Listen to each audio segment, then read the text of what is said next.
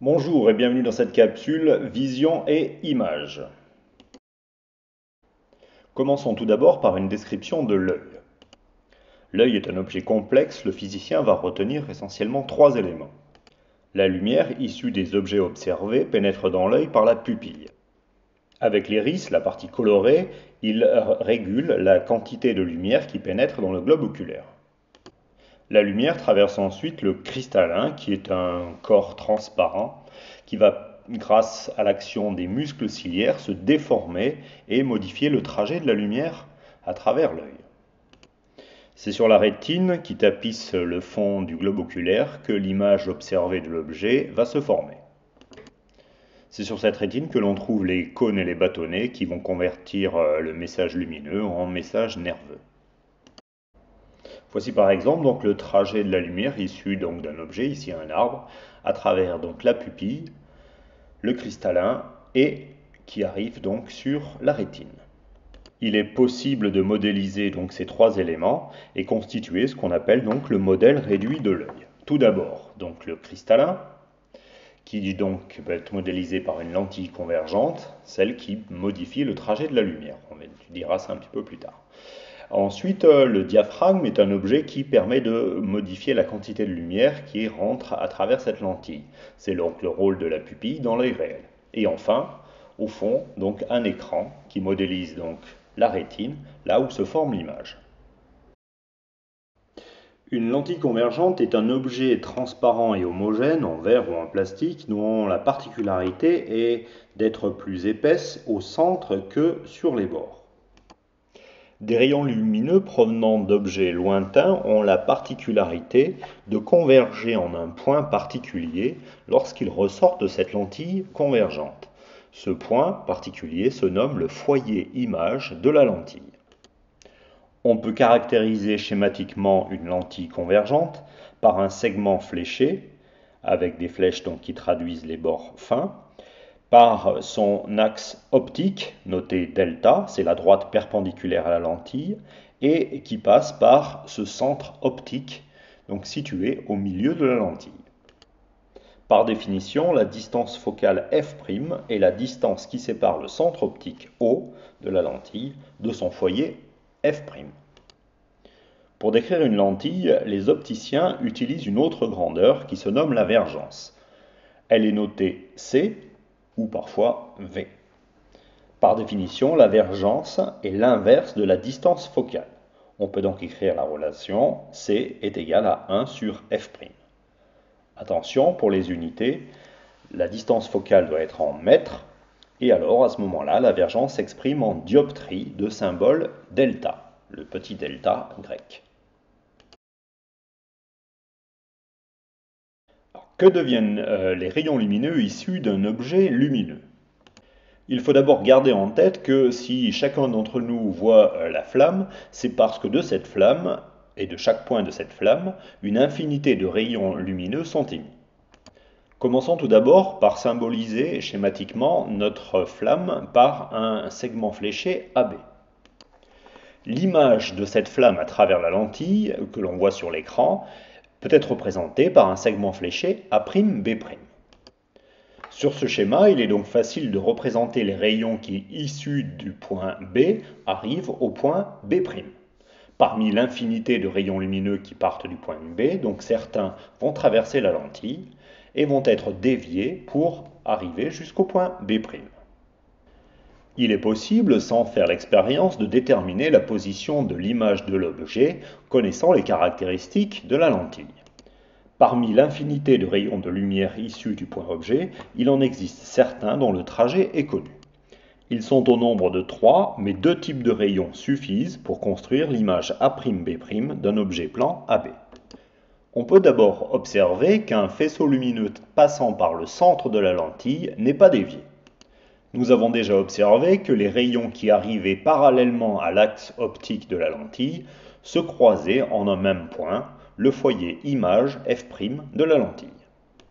Enfin, on pourrait remarquer que des rayons lumineux passant par le foyer objet, c'est-à-dire le point symétrique du foyer image, que l'on note F, donc les rayons qui passent par ce foyer et qui ensuite traversent la lentille ressortent parallèlement à l'axe de la lentille. Pour résumer, donc, on a la marche de ces trois rayons principaux. Le premier, donc tout rayon passant par le centre optique O n'est pas dévié. Tout rayon parallèle à l'axe optique ressort après la lentille en passant par le foyer image.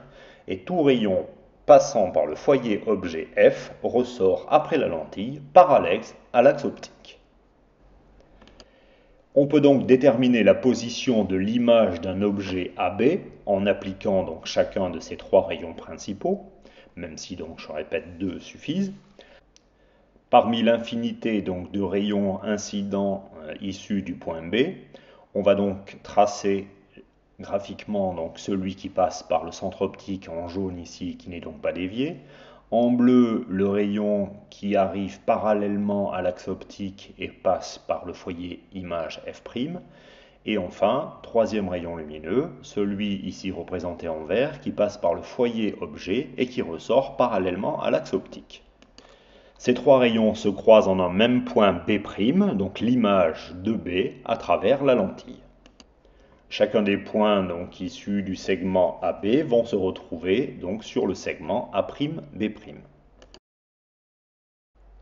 Étudions maintenant différents cas de figure de position donc, de l'image par rapport à l'objet à travers une lentille convergente. L'objet réel ici est représenté par un segment fléché A1B1. Il se trouve à une position de moins 27,9 cm par rapport au centre optique de la lentille. La distance focale est de 16 cm. On observe que son image à travers la lentille, A2B2, est inversée et plus grande que l'objet lui-même.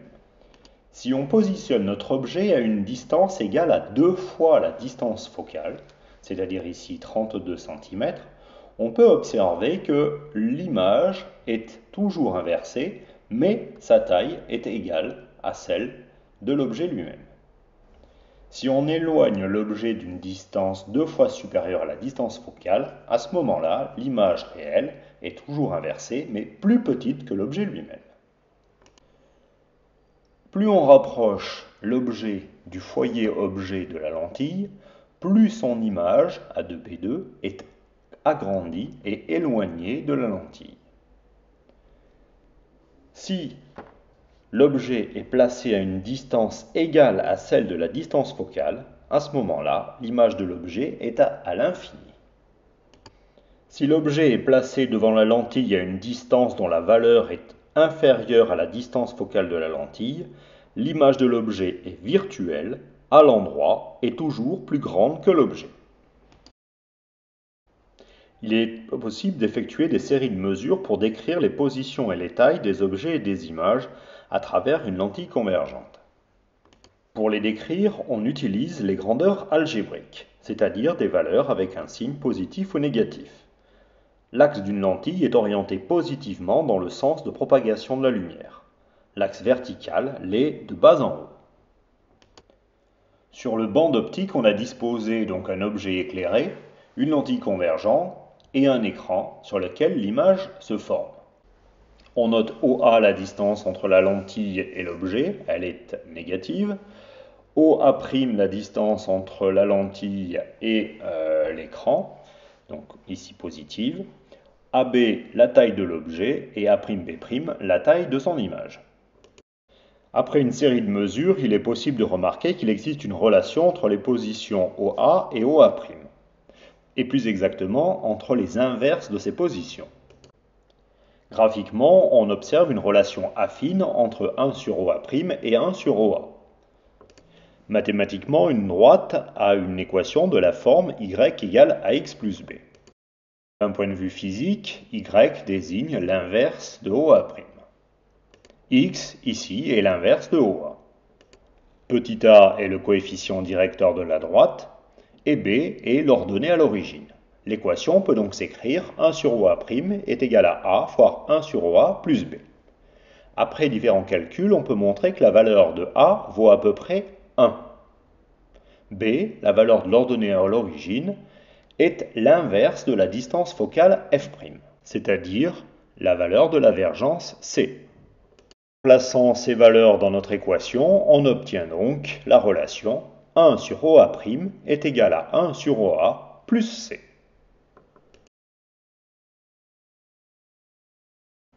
On peut donc établir une première relation qu'on appelle relation de conjugaison, qui détermine donc les positions respectives de l'objet et de son image et qui dépend donc de la distance focale. La relation entre la position OA d'un objet et celle de son image OA', que l'on appelle donc relation de conjugaison, peut s'exprimer donc sous la forme 1 sur OA' moins 1 sur OA égale C, ou autrement écrite 1 sur OA' moins 1 sur OA est égal à 1 sur F', ou encore 1 sur OA' moins 1 sur OA est égal à 1 sur OF'. Une deuxième relation permet de déterminer le sens et la taille de l'image d'un objet à travers une lentille convergente.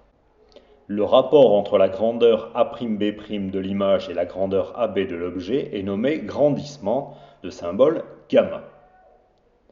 Le grandissement est donné donc par cette relation qui est par définition gamma égale A'B' sur AB. Si la valeur de gamma est négative, alors l'image est renversée. Si en plus la valeur absolue de ce grandissement est inférieure à 1, l'image est plus petite que l'objet. Le théorème de Thalès permet également d'écrire la relation entre le rapport de A'B' sur AB égal à OA' sur OA. On peut ainsi compléter donc notre relation de grandissement sous la forme gamma égale A'B' sur AB égale OA' sur OA.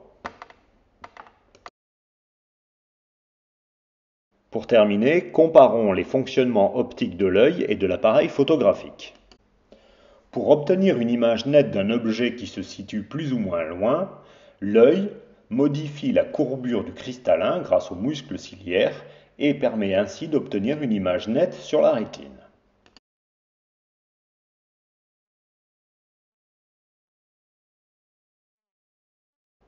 Dans le modèle de l'œil réduit, la distance qui sépare la lentille convergente de l'écran est constante. La taille de l'œil ne peut pas se modifier. L'accommodation, c'est-à-dire la modification de la courbure du cristallin pour obtenir une image nette sur la rétine, se traduit dans notre modèle réduit par un changement de lentille convergente. Pour des objets lointains, l'œil n'accommode pas. La distance focale du cristallin correspond à la distance entre le cristallin et la rétine.